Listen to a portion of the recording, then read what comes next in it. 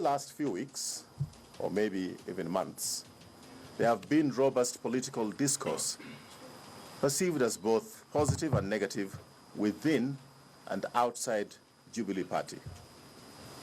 That is part and parcel of politics anywhere in the world where people enjoy freedom of speech and expression. It is provided for in our Constitution and an aspect of the country that we should cherish and defend. Well, several statements have been issued today. Governors from the Mount Kenya region have dismissed claims that President Uhuru Kenyatta has neglected development of the area that overwhelmingly voted for him. Mount Kenya leaders have strongly condemned leaders focusing on the succession debate instead of President Uhuru Kenyatta's Big Four agenda that is aimed at delivering services to all Kenyans. And the Jubilee Party has released a statement in the wake of the resignation of Vice Chair David Murathe. That statement was issued by Jubilee Party Secretary General Raphael Tuju, who basically said Jubilee is fine. Question is it? That is the question we seek to answer tonight on The Big Story, with several leaders coming out to defend President Uhuru Kenyatta, and that would be a perfect point to bring in my colleague Chris Thairo. Chris, all seems not to be well within Jubilee. So you have Raphael Tuju saying, our house is in order. These are normal squabbles that you'll have among siblings. But it doesn't seem so, does it? Well, a very good evening to you, Linda. And as you said, all is not well. And that I'm saying, going by the events that have been unfolding since last year. Remember that all these since the handshake that's in March last year, we have been having some squabbles within the Jubilee Party. And on the 26th of December last year, that's when all the cracks continued to widen when the former vice chair of Jubilee Party, David Murathe, was attending the Maragoli Cultural Festival in Vihiga, and he had his own reservations, stating that if at all there was an MOU between President Uhuru Kenyatta and his deputy William Ruto, then that remains their own MOU, and that does not mean that any community has a baggage to support anyone. And from then we have seen events unfolding, and Tuju coming out to state that all is well in Jubilee Party and they are united. Then there are those who are asking hard questions. Then why did the vice chair David Murathe then resign? Why is the Gatundu South member of parliament Moses Kuria under siege? Remember that during the whole day there were rumors that Moses Kuria might be resigning from his position as the member of parliament, and after those reports went round through the social media, he actually organized for a media briefing at Boulevard at around 5 p.m. only to postpone it or cancel it at the 11th hour, and no reasons were given as to why he had to cancel that media briefing in regards to his stand. Remember that after that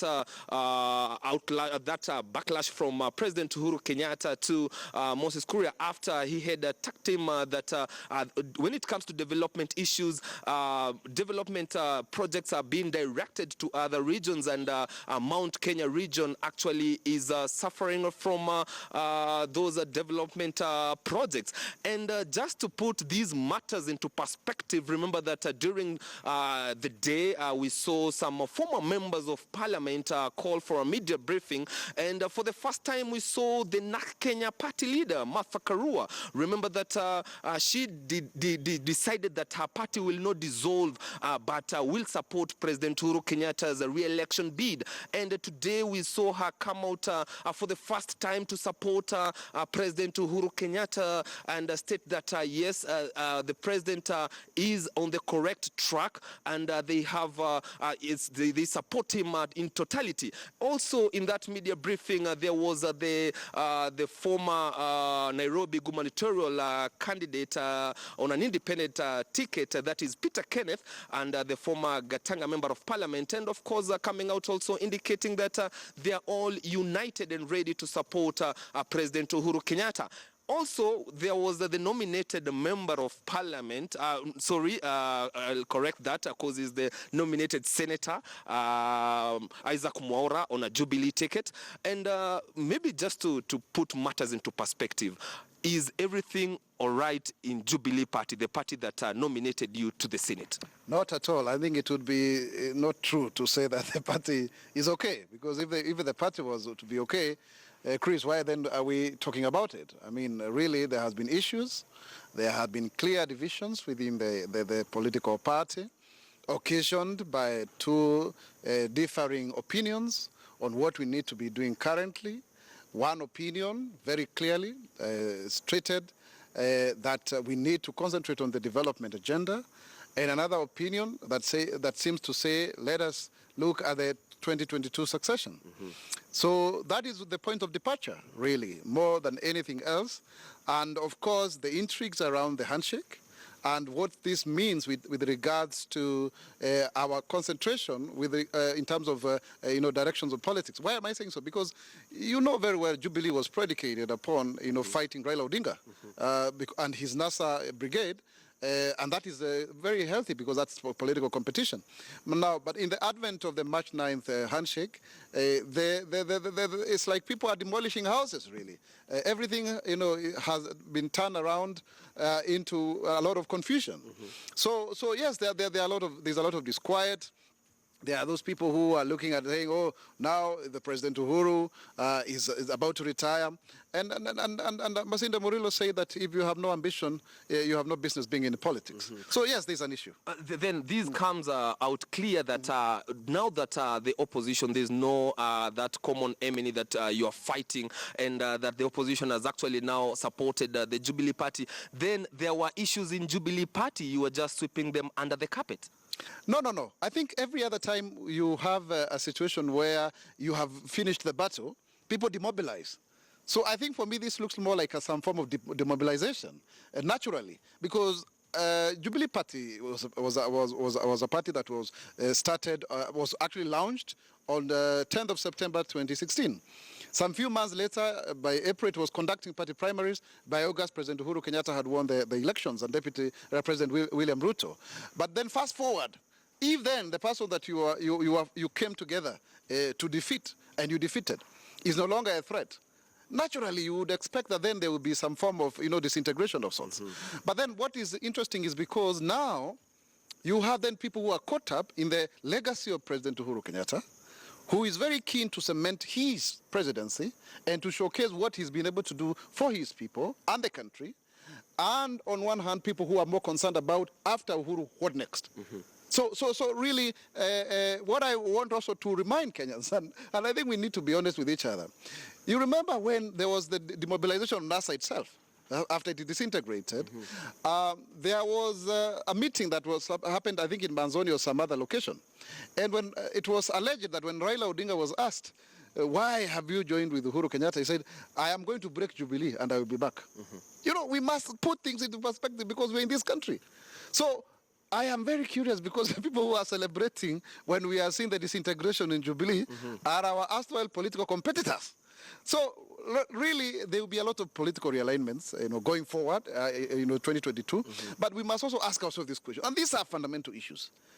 Is it actually right to keep on politicking every day of our lives? So I stand strongly with the president who says we are the only country that does politics amkalala, 365 days. If then we were electing somebody to become president in order to get development, right?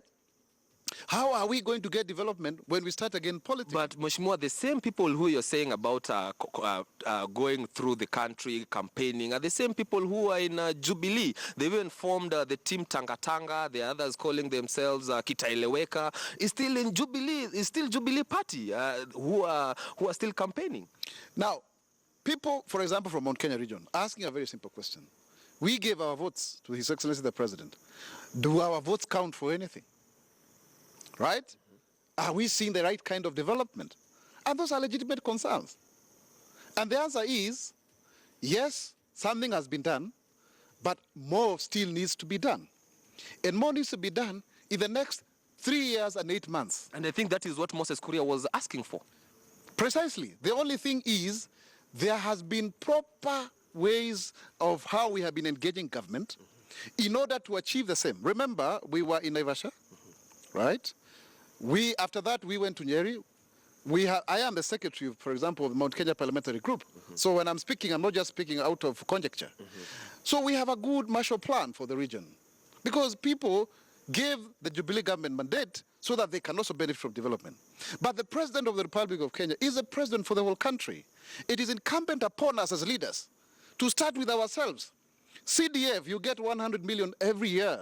What are you doing for your people? 5 years, you'll have 500 million. Can people really see what you've done with $500 million shillings? If you're a governor, you have the county government kitty billions of shillings.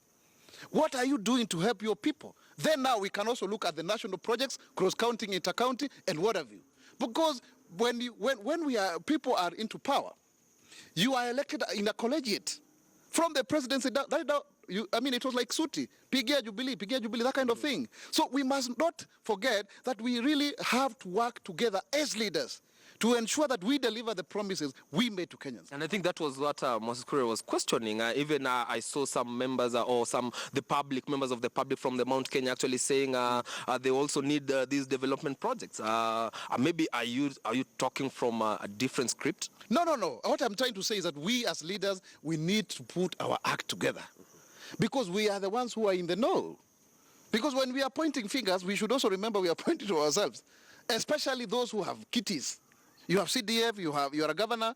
I mean, and we have been having these consultations and talks, including with members of the cabinet. And we cannot come and display that in public because even other regions from Mount Kenya, they don't do, away from Mount Kenya, they do not do so. Today, as we speak, I've just, seen that Ngilu, Kivutha, Mutua have said they do not want politics. They want to concentrate to develop their own regions. They have a 60 billion, dam that is being, constructed to help their own people and to reduce the issue of food shortage and insecurity in their counties. Now, these are the kind of things we are talking about. Our people still need water. Our people still need to do a lot of connectivity, electricity connectivity, roads and what have you. And we can only achieve this if we work together and stop fighting in public and allow His Excellency President Uhuru Kenyatta, who is our de facto leader in the region, to lead us because he's a president. And by the way, let me remind Kenyans that people from our region, that people envy us because we have the presidency. That is what they have been coveting all along. So really, it is a question of we working to help. We hear what Wanjiku is saying. And Wanjiku is right. When Wanjiku says that he wants development, he wants value for his vote. And we must deliver to him or her. Mheshimiwa, let's talk about the Mount Kenya politics. And so far, we've seen this is the first, if I can call it, the first attempt by some members of parliament to defy the presidency. That is, we've seen the Bahati member of parliament, Kimani Ngunjiri, and also Moses Kuria coming out to look like they're defying the presidency. Maybe this confusion, is it coming out because maybe as the Mount Kenya region, you don't have the next person who might succeed President Uhuru Kenyatta as the de facto leader of the Mount Kenya region? I think, let's say this, there is no vacuum in leadership in this country. We have a sitting president, President Uhuru Kenyatta. He still has 3 years and 8 months to fulfill his pledges to his voters. And President Uhuru Kenyatta is not, somebody who hates his people, who is not aware of what he needs to do. While at the same time, balancing with the rest of the country. So those people who went around, it's because he's worried. He says, you people, you know what we have been working on. You are together with us. Nyinyi ndio washenzi, nyinyi viongozi. Nyinyi ndio, kwa sababu tumeongea, tumeketi, tumesikizana. Other regions do the same. But then why are we not working together to ensure this actually happens? So really, yes, there are people who have ambition, and we must confess so, because the Mount Kenya region has got 6 million votes. I mean, people are salivating for this beautiful girl, and if you have no ambition, you have no business being in politics. But I think I want to say it's too early, because Kibaki faced the same. President Kibaki faced the same. He was even questioned about development despite the fact of what he had done. But we had not reached a situation where then we were actually washing our dirty linen in public. What I would want to say as a leader, that if there are issues, then we must sit down and resolve them. Because there is nothing we are going to achieve as a divided lot. We've got to speak together, just like other parts of the country are speaking together, because fraction is part of the whole. When we speak united, we bring part of the whole to make Kenya. And of course, that has a dividend for our people because they are the supreme here. By the end of the day, they are the ones we are accountable to. Finally, as we conclude this interview, maybe moving forward, what will be the main game plan for bringing together Jubilee Party so that it does not disintegrate more? I think it helps everybody. It helps us. It helps Deputy President William Ruto that Jubilee should remain intact. Otherwise, if we continue with the Tangataka Kieleweke and we continue to divide ourselves together, I'm sure it's like a neighbor who, when a husband and wife are fighting, the neighbor comes and milks the cow, tills the land and benefits. People are celebrating because Jubilee was a juggernaut. I mean, collapsing that in political parties is a political masterstroke. So we must remember that the position that we occupy is being envied by people who are aspiring for the same. So we need to put our house in order and move together. But if we are not going to do so, tujue mapema basi watu wajipange. Okay. Thank you. Well, Linda, there you have it. That is the nominated senator on a Jubilee ticket, Isaac Mwaura. And as he has put matters into perspective, it's true that there are those underlying issues since he reads from a different script compared to the other officials, especially the Secretary General, Raphael Tuju, who issued a statement today indicating that all is well in Jubilee Party. And we'll all leave it to the jury out there to decide which way Jubilee, even as the Kenyatta succession politics continue to gain momentum, Linda. Bairu, thank you. But it's not really about the succession. The conversation that came out today in most of the statements was actually just defending the president in what is perceived to be rebellion, quote unquote, from some of his quarters. And Isaac Mwaura says, tuambiwe mapema, watu wajipange. That is a perfect place to bring in the rest of my guests on the big story this evening. Chris Tairo, thank you. So this evening we're speaking to Dunstan Omari, who's a political analyst. Dunstan, thank you so much for your time. And we are speaking to Community Member of Parliament Didmas Baraza. He's speaking to us all the way from Kakamega. Sir, thank you for your time this evening. In the midst of this conversation, we'll also be seeking to speak to Martha Karua, who's the NARC Kenya leader, in a couple of minutes. Thank you, gentlemen. Thank you so much for joining us on the big story this evening. So, Mheshimiwa Didmas Baraza, let me begin with you because you're an insider. Let's look inside. Let's look inside out. What exactly is going on with Jubilee? Isaac Mwaura says we have a problem. People are demolishing this house. This is not the same Jubilee that we knew. With Isaac Mwaura, that all is not well within our party.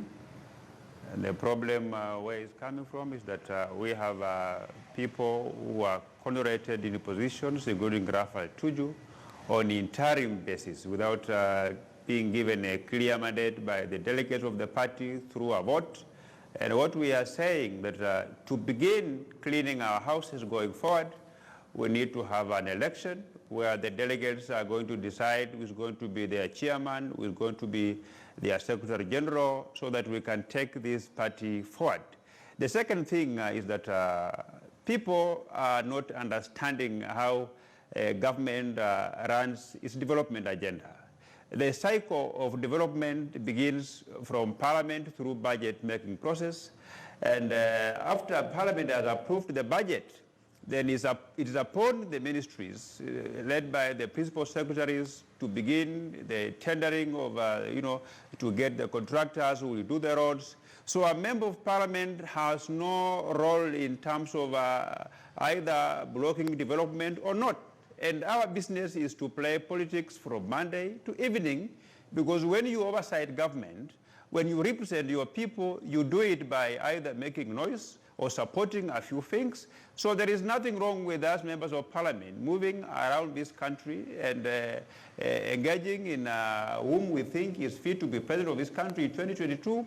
Because I want to tell you for free that the day Raila Odinga joined the government and Uhuru Kenyatta said we are working together with Raila Odinga, to me, government collapsed that day. Because even if we want to marry a second wife, Or rather, if you are in a marriage and you begin engaging in some kind of a relationship with another woman or another man, you must state it very clear to your spouse that this is my friend, the level of engagement is up to this level. But in the absence of a clear of what really the handshake is, then you give room for speculations, of rumors, and this country is going to be overshadowed by these rumors and gossip that we are experiencing.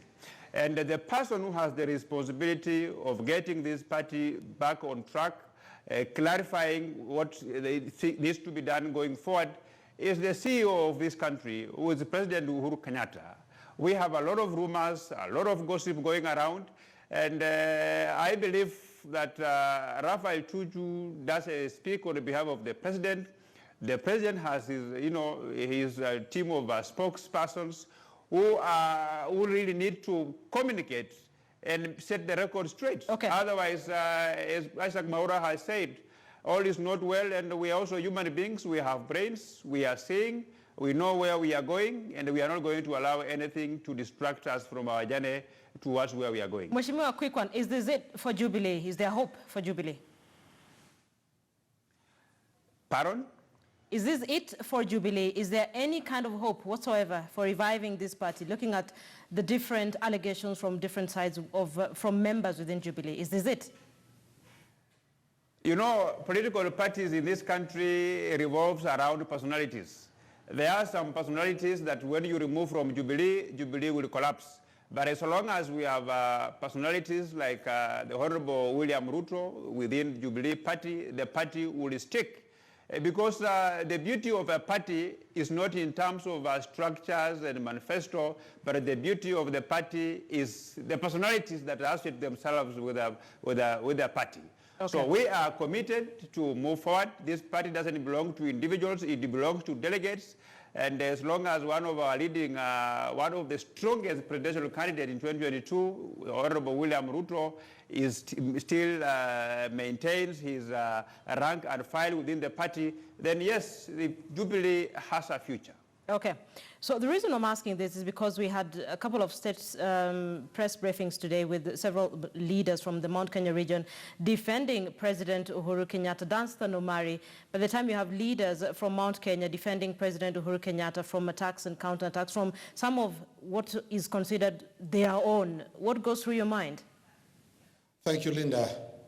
It is what everybody expected, and everybody did not want to admit that that is the reality. The reality is that the president has been dishonest to his deputy. Jubilee was formed simply for the purpose of getting power and the deputy to be thrown out, and the deputy has clung in by all means till to date. The reality has come to everybody that the moment the handshake was done, the purpose of the handshake was simply to push out the deputy president. The deputy president was being treated by the kitchen cabinet that was advising the president without understanding who and that person is. There are more than 11, 12 vice presidents that have been treated the way William Ruto was supposed to be treated. They have only realized that William Ruto is a system. He's not one of those guys you simply wake up and chase. The Constitution protects his job. His job description is provided by the Constitution. Free, he's a serious mobilizer. For the people we have seen Linda defending the president, most of them are losers. They are not sitting members of parliament. Hold on. They may be losers, they may not be sitting members of parliament, but the rallying call was, you can say whatever it is you want to say, but be respectful to the president. That's what I'm saying. The president, I'm very respectful of the president, but the people advising the president are not telling the truth. One, it is the greatest irony to see within Central Province dissent. It has never happened anywhere. We've seen Kimani Ngujiri leading a demonstration in Nakuru. What is happening? We've seen within Central Province quite a number. The members of parliament from the Mount Kenya region range more than 80.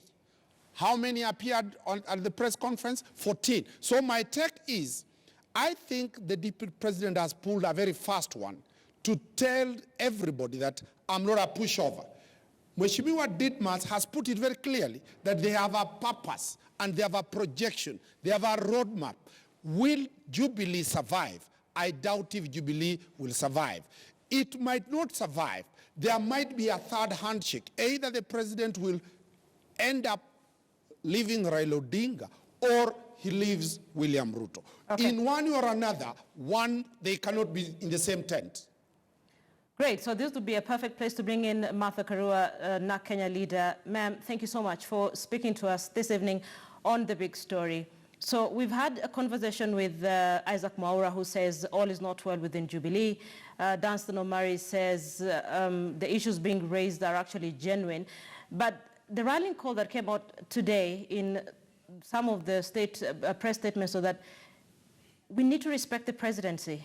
Irrespective of what you think, this is a man who leads this country and he deserves respect. What are your thoughts on what's been going around and the allegations that are being thrown left, right, center about the president? One, I think that we have let propaganda and fake news become our reality. And there is need to upset that narrative. For instance, I said clearly that I watched the president in Mombasa when he was reacting to some of the allegations made by his party's MP against him. And as a voter and as a leader, I don't think the Shenzi remark was aimed at me as a voter who voted for him or at other voters. I think it was aimed at the statements, those issuing statements that are irritating him and are at times insulting. So to try to shield yourself with the populace by claiming that the statement was aimed at everybody is actually not only misleading, but deliberate. A deliberate way of inciting the populace. And also I think that we are on a permanent campaign mode, talking about 2022 and personalities instead of talking about the issues that face the nation. And there's nothing wrong to talk about 2022, but it cannot be the only thing we talk about. And nobody in Kenya, no one person can assume that the presidency is their preserve and that nobody else is entitled. Anybody can come up between now and 2022, and that's the point we were making. So anybody can come up between now and 2022, and yes. all this conversation has been coming from the sentiments of Moses Kuria with respect to development for Central Region, and Raphael Tuju coming out and saying, look, the president is committed to having development all over the country, irrespective of whether or not you voted for him. From where you sit, the sentiments of some leaders from Central Kenya, are they respectful to the president? Firstly, I don't agree that the statement is, what is happening is coming solely because of a statement of one leader. I think we have seen a period of serious politicking about 2022. And it is within that context that you are hearing statements about development. And ironically, the group championing an individual's interest in 2022 have been accompanying that particular individual throughout, and especially in Mount Kenya and other areas, launching development projects, which are government projects. We can't then be complaining about development unless if we are agreeing that it's air that was launched. We also cannot have MPs complaining about development outside, and we have not had them in Parliament interrogating the budget or opposing the budget on the floor of the House and saying it is not inclusive. And these are things the populace must be helped to process and to understand, that an elected member does not only receive a salary at the end of the month, but has a duty to do in Parliament as a watchdog, to watch that whatever budget and proposals for development are passed are inclusive, that an elected leader, an MP with CDF, is accountable to the people on the use of CDF, that governors are accountable, just like the president and his executive or the CSs are accountable to the people of Kenya on how they carry out their duties of governing the country and of developing. All right. Martha Karua, thank you so much for speaking to us, for being part of the big story. I'd like to take a break. Martha Karua says this has nothing to do with development. This has everything to do with 2022 succession debate. Allow me to take that short break. Then when we get back, we'll engage Danstan Omari and, of course, Didmas Baraza.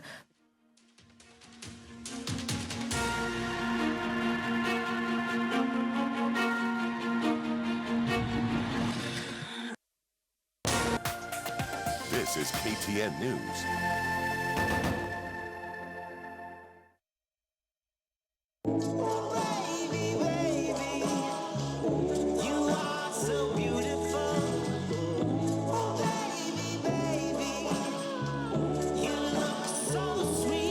A shave others will notice.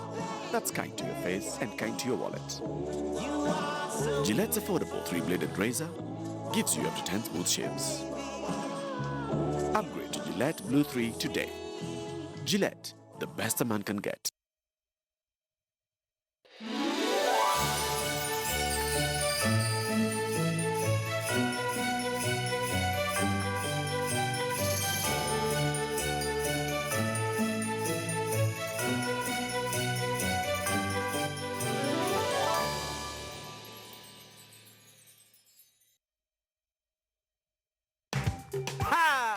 Akianani wacha niwadakulie maajabu StarTimes muandalie msimu wa festivities. Nyinyi ukilipa tu ya very affordable monthly subscription, StarTimes inaku-upgrade automatically to the next higher bouquet. Najua haters wanauliza huko nje. Hiyo tu. On top of that, you stand a chance ya kushinda brand new Toyota Vid, full StarTimes solar kits, TV, Bluetooth speakers na kadhalika. Usiposhinda, utaambia watu nini? StarTimes imekuandalia msimu. Unangojea? Anyore. Twende nikuchinje. StarTimes. Enjoy digital life. This is KTN News.